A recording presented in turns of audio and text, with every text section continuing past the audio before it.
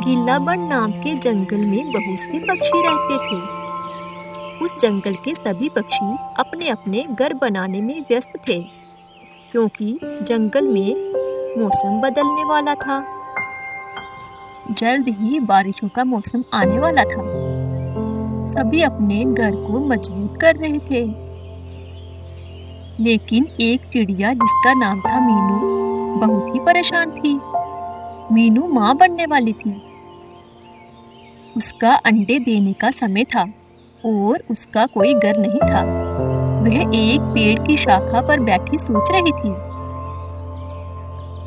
हे भगवान, मैं क्या करूं? सभी पक्षी अपना अपना मजबूत घर बना रहे हैं, लेकिन मैं तो अकेली हूँ। ना मैं घर बना सकती हूँ और ना जंगल से अपने लिए दाना ला सकती हूँ। भगवान, मेरी मदद करो। कुछ समय बाद मीनू ने 2 अंडे दिए।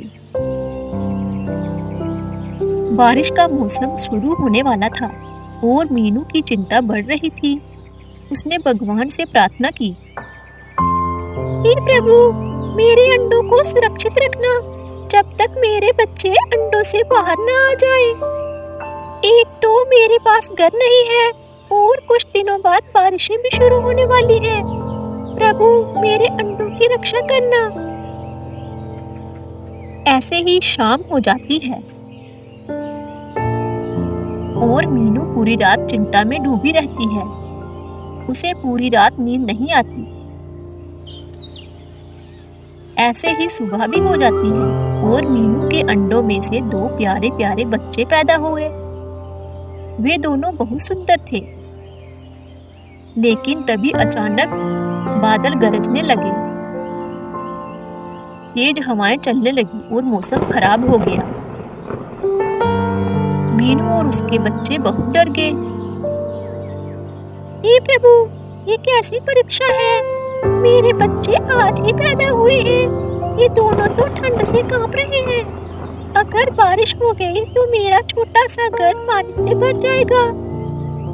फिर मैं अपने मासूम बच्चों को लेकर कहाँ जाऊंगी? तभी अचानक से तेज हवा के चलते मीनू और उसके दोनों बच्चे नीचे गिर गए। नहीं नहीं, हम यहाँ नहीं रह सकते। जंगल में शिकारी पक्षी घूमते रहते हैं। यहाँ मेरे बच्चों को खतरा हो सकता है। हमें जल्दी से यहाँ से भागना होगा।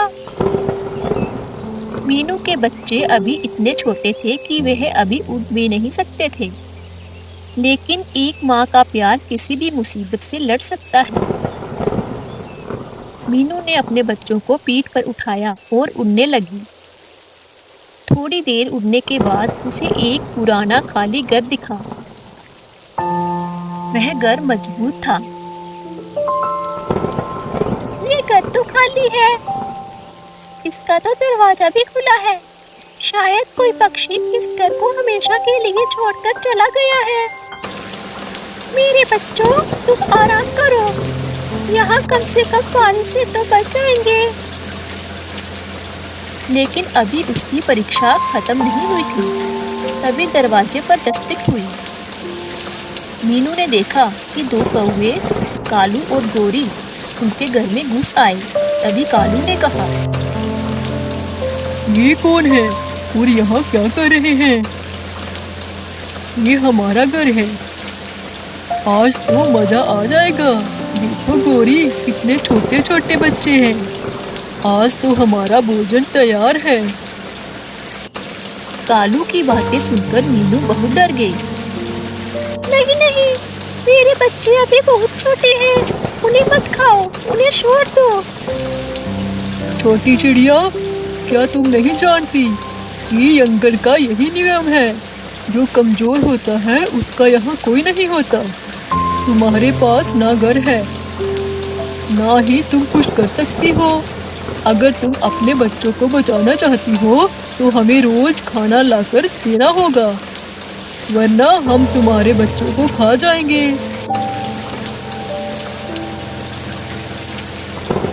ये सुनकर मीनू की आंखें भर आई। उसने सोचा, इस बारिश में मैं खाना कैसे लाऊंगी? मीनू ने कहा, ठीक है, मैं रोज तुम्हारे लिए खाना लाऊंगी, लेकिन जब तक मैं वापस नहीं आती मेरे बच्चों को मत छूना। ठीक है, जाओ, लेकिन जल्दी वापस आना, हम बहुत भूखे हैं। मीनू बहुत डर गई थी। वह वहां से उड़ गई, लेकिन वह खाना लेने नहीं गई, बल्कि मदद मांगने गई। उसे याद आया कि बिंदिया मौसी, जो जंगल की सबसे समझदार पक्षी थी, वह उसकी मदद कर सकती है। वह सीधे उड़ते हुए बिंदिया मौसी के पास गई। मौसी, मेरी मदद करो, कालू और गोरी ने मेरे बच्चों को पकड़ रखा है। अगर मैं उन्हें रोज खाना लाकर नहीं दूंगी तो वे मेरे बच्चों को खा जाएंगे। तुम चिंता मत करो मीनू, मैं तुम्हारी मदद जरूर करूंगी। चलो, हम जंगल के राजा के पास चलते हैं, वे हमारी जरूर सुनेंगे।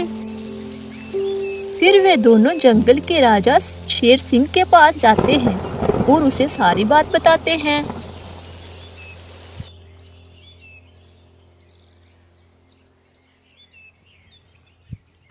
उन दोनों की बातें सुनकर शेर सिंह ने कहा,